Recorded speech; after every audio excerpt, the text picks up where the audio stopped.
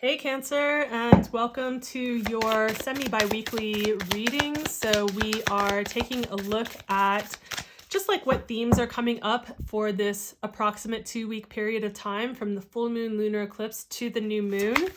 So these are meant to be quick and short little bites of information to help guide us through this period of time. What deck do I want to use for your spiritual advice? I'm feeling this deck here. So we're going to go with this one. Now, I'm not going to talk about the astrology in this particular video because I just put out the monthly videos, and it's just definitely feeling that there.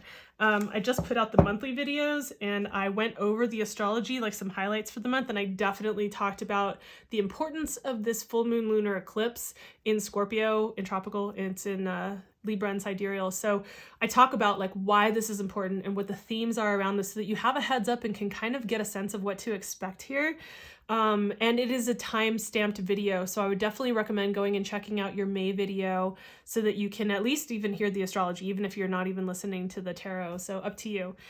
All right, Cancer, what do we have going on? I find this so appropriate. It's so on point. This full moon lunar eclipse is a south node eclipse. I love when the cards do that. I really do. So south node eclipse, right? And Cancer, this is all about letting go and releasing, right? South node eclipses are about releasing and allowing things to be ushered out of our lives, whether that's projects, people, our own sense of identity, things that we're just like letting go about who we were and stepping into who we're coming into being, you know, and this maybe up leveling, whatever it is. But the South Node has to do with that, right? There is a reckoning, or there is a coming to terms with and releasing of the past, or, you know, what needs to be released so it can go into our past, essentially, right? So I think that's really appropriate.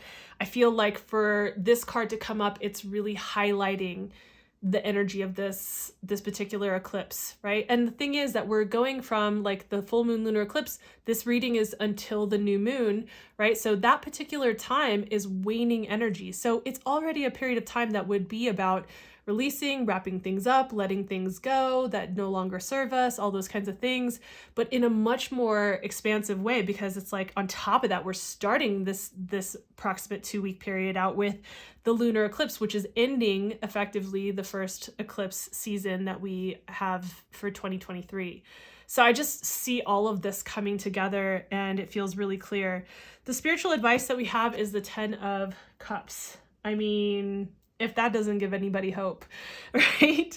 I just don't know. So one of the things that comes to me first is there is this release, right? There's this release so that you can experience and make space for what it is that you truly want. Like, this is the dream, right? Like, even if your dream isn't to have a house in the middle of nature with a couple of kids and like a partner, right? Whatever your version of the dream is, this card represents like the ultimate dream of our life. Like our hopes, our dreams, what we really want for ourselves, what we feel we really want for ourselves, right? Remember, we're talking about cups, right? And the 10 of Cups is really just like this culmination of like going for, feeling the dream. And I think that you will free up energy with allowing the things to be released that need to, or consciously releasing the things that need to be released, to make space for you to actually bring this in, to have this energy come in for you. So while you may or may not, depending on like how your chart stacks up, if you're a sun sign or a rising sign Cancer, you might really resonate with this. It can be uncomfortable and challenging, you know, like if you have strong Cancer placements, you might feel like it's already sensitive and kind of intense, you know, to deal with some of the things that have to do with South Node. And so I just want to encourage you to like, yeah, honor that, be with that, but don't run away from it, you know, allowing for things to be ushered out, not holding on to them, and finding a way to nourish your emotional space, get the support that you need, to have the clarity and the grounding and the stability and support network that you need around you so that you can like allow that to happen. And the clearing out of that is what brings you into this place.